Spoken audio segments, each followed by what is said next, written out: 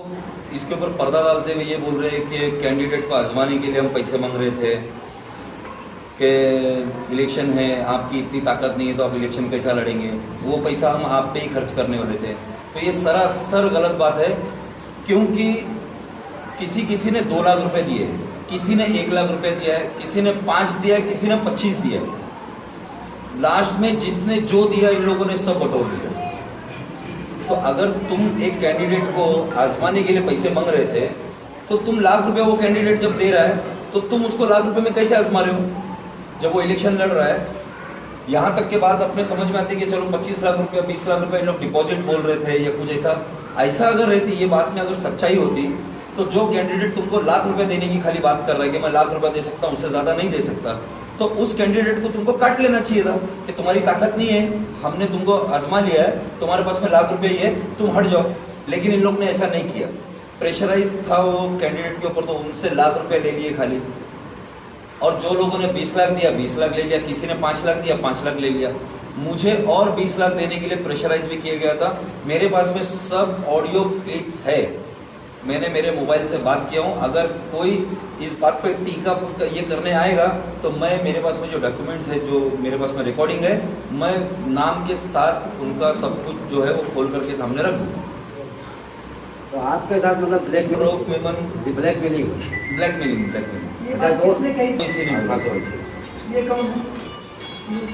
किसी के भाई है। मिल्लत मजलिस अवाम की बातें ये सिर्फ और सिर्फ इसीलिए इन लोग करते हैं कि नौजवान जो है ना वो भटक कर आ जाए।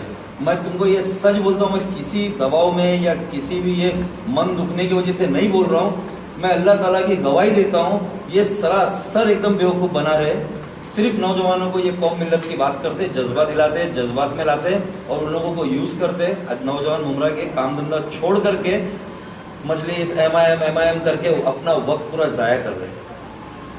सब कुछ बकवास है, ये कुछ नहीं है, पार्टी के अंदर कुछ नहीं। जैसी पार्टी दिखती है सामने वैसी ये पार्टी बिल्कुल भी नहीं है। अच्छा, मैं इस पे एकदम इस पैसे के बारे में आपने डिमांड की थी सबसे पहले कि बबलू आप पैसे की तैयारी करो, आप कम से कम कितना देंगे। मैं बोला तुम बोलो कितना चाहिए। उन्होंने बोला कि 10 लाख। तो मैं बोला 10 लाख नहीं दे सकता। बोले लास्ट तुमको 5 लाख। मेरा 5 लाख भी नहीं दूंगा, मैं 3 दूंगा। इन लोग आके रुके 4 लाख पे। 4 लाख पे रुकने के बाद में मैंने ये सोचा कि अंदर कौसर मोहिद्दीन एमएलए बैठा है और वो शाइन जो दलाल थे उनके साथ में, मुझे जब तक कि ये नहीं मालूम था वो दलाल है। तो मैं बोला इनको जाके मैं शिकायत कर दूँ, क्योंकि हम तो जज्बे के साथ गए हुए हैं, हम तो ईमानदारी से मजलिस समझ रहे। तो मैं अंदर जाकर जब उन लोगों को शिकायत किया, कौसर मोहिद्दीन को और शाइन को, तो इन लोगों ने मुझे दबा दिए। और वहीं पे ये बात पूरी मेरे समझ में आ गई कि सब मिले हुए। क से मैं था और 2 लेडीज़ कैंडिडेट थे, जो एक अब्दुल रहमान की वाइफ थी और आप भी। तो मुझे तो क बोल करके दे दिए, तो मैंने वो मेरा फॉर्म मैंने भर दिया था, बी फॉर्म भी मैंने जमा कर दिया। अब अब्दुल रऊफ मेमन को वो शाहीन, इन्होंने क्या किया, मेरे को ये अब्दुल रऊफ मेमन ने बोला, उस बंदे को मैं मेरा दुश्मन या मैं मेरी सीट पे वो आ गया, मैं ऐसा ज़रा भी नहीं मानता हूँ। क्योंकि पॉलिटिक्स है, जिसको कसम तो छुट्टी नहीं खाएगा। मजहर लालों को बुलाओ और मजहर लालों को बोलो कि प्रेस कॉन्फ्रेंस करे, डिबेट करे और तू कसम खाकर बोल दे, जैसे उसने मुझे लेकर जाके कसम खिलवाया था कि आप ईमानदारी से मजलिस का काम करेंगे। उसने, इन लोगों ने सबको कस्में खिलाई कि आपके साथ कुछ भी हो जाएगा लेकिन आप ईमानदारी मजलिस के साथ रखेंगे।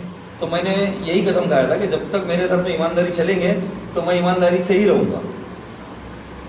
तो उसको बोलो मजहर लाला को कि तुम सामने आके कसम खाओ कि तुम्हारे सामने मैंने पैसे नहीं दिए आमदार को। कौसर मोहिद्दीन को मैंने 5 लाख रुपए दिया हूँ। कभी दिए? ये 2 तारीख की रात में, 1 तारीख की रात में। हाँ नहीं, पार्टी ने अभी तक के मेरे पैसे वापस नहीं दी। और अब्दुल रऊफ मेमन करके सामने 30 नंबर पैनल से एक बंदा खड़ा है, उसको इन लोगों ने 25 लाख रुपए में वो टिकट बेचे। क्योंकि मुझे ये बात हाजी अरफात ओवैसी, इन्होंने खुद मुझे बोले थे कि ताजुद्दीन भाई अगर पैसे की तैयारी है तो बोलो, नहीं तो रऊफ मेमन नीचे अभी गाड़ी में 25 लाख रुपए लेकर तैयार बैठे। अगर आप नहीं बोलते हो, आपकी तैयारी नहीं है पैसे की, तो हम उनको बुलाएंगे, उनको टिकट दे देंगे, फिर आप मत बोलना। मैं आपको चाहता हूँ, इस वजह से मैं पहला ऑप्शन आपको दे रहा हूँ कि आप पैसे की तैयारी है तो पैसा दे दीजिए, और टिकट ले लीजिए। तो मैंने बोला कि ठीक है, मैं आपको टोकन अमाउंट देता हूँ। ऐसे करके मैंने 2.5 लाख रुपए करके इनको 2 टर्म में 5 लाख रुपए दिया हूँ। किसके हाथ में दिया? कौसर मोहिद्दीन के हाथ में दिया, क्योंकि अरफात भाई ने बात करके अरफात ओवैसी चले गए थे। तो जब मैं पैसा दिया तब वहाँ पे मौजूद मजहर लाला, कौसर मोहिद्दीन, हैदराबाद के जो आमदार है, वजह थी कि एमआईएम जो है एक मुस्लिम पार्टी है, कौम मिलत की फलाह बहबूदी के लिए ये मुमरा में आए हैं। तो उनकी ये मंशा थी कि इस पार्टी में काम करने के बाद में मैं लोगों की खिदमत कर सकता हूँ, लोगों की जो प्रॉब्लम्स है वो सॉल्व कर सकता हूँ। उस नीयत से ये उस पार्टी में प्रवेश किया इन्होंने, और पिछले 2 साल से अपने ज़ाती पैसा लगाकर उन्होंने लोगों की खिदमत की, और ये उम्मीद भी थे कि आने वाले चुनाव में जो मैं एक अच्छा खादिम एमआईएम का रहने के नाते मुझे टिकट मिलेगी। तो उन्होंने इस 32 नंबर से जो है टिकट मांगी थी, और वो टिकट के ऊपर जो है बाहर से आए हुए लोगों ने जो है अपने दावे ठोकना शुरू कर दिए, और इनकी टिकट जो है काट दी गई। और उस नाते आज इनका जो है एमआईएम से जो है एमआईएम के अंदर जो है इंटरनल जिस तरीके से जो पॉलिटिक्स चल रही है उसके वो शिकार हो चुके हैं। और आज वो अपनी पूरी रुदात जो है, अपना पूरा सफ़र जो आप लोगों के सामने रखेंगे, उन्होंने एक ही फैसला किया, और आगे वो क्या करने वाले। जब एमआईएम पार्टी अंदर की इलेक्शन से आई, उसके बाद में मैं फिर अकबरुद्दीन ओवैसी और असदुद्दीन ओवैसी इनके क्लिप सुनता था। तो मुझे ऐसा कहीं लगा कि यार मुसलमानों के लिए कोई बोलने वाला है, और मुस्लिम जो हमारे जो कमेटी के जो लोग हैं, मुस्लिम कमेटी के, तो इन लोगों के लिए मुझे ऐसा दिखता नहीं था कि कोई एक ऐसी आवाज़ जो अपने ज़ोर पे बोले और सबके लिए बोले। असद सबको बोलते हुआ देख करके मुझे ऐसा लगा कि ये पार्टी में जुड़ना चाहिए, इससे दोनों काम हो जाएंगे। एक अपने मुस्लिम लोगों के लिए जितने भी लोग हैं अपने, उनके साथ में एक पुरजोर अपनी भी कोशिश रहेगी कि चलो अपनी हमारी पार्टी है, मुस्लिम पार्टी है, उसके साथ में जुड़ के आवाम का भी काम होगा, सियासत भी हो जाएगी। लेकिन जब इसमें मैं डीपली गया, इन लोगों ने मुझे सबसे पहले यूथ प्रेसिडेंट करके मुमरा, कलवा मुमरा शहर का इन लोगों ने घोषित किया था। उस टाइम पे भी मैं तैयार नहीं था, क्योंकि मैं ये पार्टी को समझना चाहता था पहले। लेकिन इन लोगों ने बोला कि नहीं, आप एकदम मजबूत इंसान है और ईमानदार है, ऐसा है वैसा है, ऐसे करके इन लोगों ने मुझे यूथ का प्रेसिडेंट बनाया। फिर उसके बाद में 1 महीने के बाद में वो बॉडी को इन लोगों ने डिज़ोल्व कर दिया। फिर भी मैं एमआईएम पार्टी से जुड़ा रहा। जुड़े रहने के बाद में अब जब ये कॉरपोरेटर का इलेक्शन आ गया नज़दीक, तो इनके असली चेहरे जो है वो मेरे सामने धीरे धीरे उजागर होने लग गए। हैदराबाद से कौसर मोहिद्दीन और अरफात ओवैसी और शाहीन, ऐसे नाम के ये 3-4 ऐसे बंदे वहाँ से आते थे हैदराबाद से। तो हम तो यही उम्मीद से और यही जज्बे से उनके सामने बात रखते थे कि जितनी भी अपनी आवाम है, उनके जो झंडे पकड़ कर घूमे हैं, मुस्लिम नौजवान बच्चे जो एमआईएम के झंडे पकड़ के घूमे हैं, यही लोगों को टिकट मिला जाएगा, और टिकट देने के बाद में यही लोग जीत कर आएंगे। ये जैसे जज्बे से काम कर रहे हैं एमआईएम का, उसी तरीके से ये म्यूनसिपैलिटी के अंदर जाने के बाद ये आवाम को समझेंगे और ये आवाम का काम करेंगे। लेकिन धीरे धीरे इन लोगों ने, जितने कार्यकर्ता थे, इन लोगों को काटना चालू कर दिया। इन लोगों ने फिर जो बाहर से आ रहे हैं नए नए दूसरी पार्टी को छोड़ करके, वो लोगों को इसके अंदर जगह देना चालू कर दिए।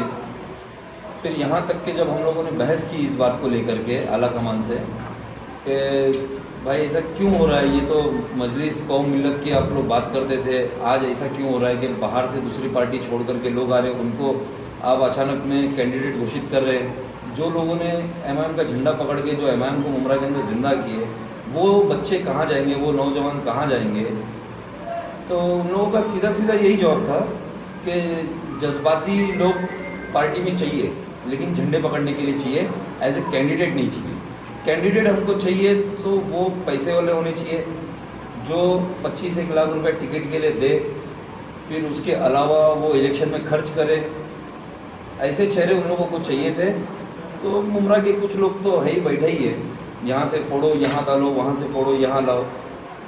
वो लोगों ने भी ये पार्टी के अंदर पुरजोर कोशिश करके 2-3 कैंडिडेट जो छोड़ कर आए, उन लोगों को इस पार्टी में ला करके छोड़ा।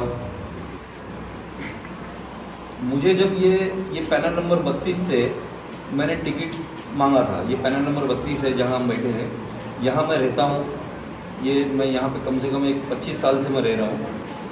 तो यहाँ से मैंने टिकट मांगा था क्योंकि यहीं पे मेरा सोशल वर्क हुआ है, तो मैंने बोला यहाँ से मुझे टिकट दो।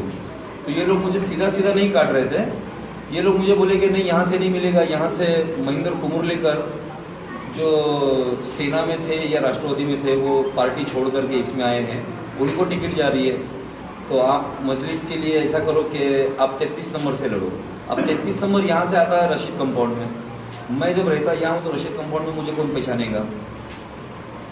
तो लेकिन मैंने ये सोचा कि तभी भी मेरे दिल में ऐसा था कि मजलिस काम करना है, यहाँ के लोगों के लिए करो, वहाँ के लोगों को करो, बात तो एक ही है, हमारे ही लोग हैं सब। तो मैंने वहाँ के लिए भी तैयारी किया, मैं बोला ठीक है मेरे को 33 से अब टिकट दे दो। फिर ये लोग देखने लगे कि ये 33 के लिए भी तैयार हो गया, तो मेरे को वहाँ से भी कट किए। फिर मेरे को बोले कि वहाँ से नहीं, आपको 30 नंबर से लड़ना पड़ेगा। फिर 30 नंबर पैनल के लिए भी मैं प्रिपेयर हुआ, मैं बोला चलो मैं वहाँ से भी लड़ने के लिए तैयार हूँ। एक्चुअली फिर मैं ये समझ गया था कि इनको नहीं बोलने का मतलब ये चाह ही रहे कि मैं नहीं बोलूँ, कि मैं यहाँ वहाँ से नहीं लड़ूंगा, मैं मेरे ही वार्ड से लड़ूंगा।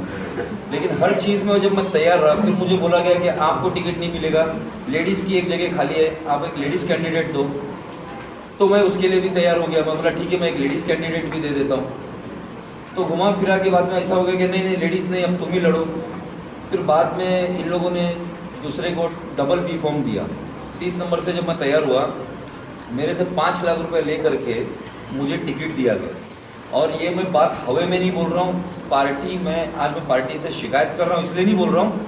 अगर ये सच्चे हैं तो कलवा मुमरा विधानसभा का जो मजरलाल अध्यक्ष है, इनको मेरे सामने बुलाओ। मैं इतना समझता हूँ कि ये बंदा जरा सीधा है।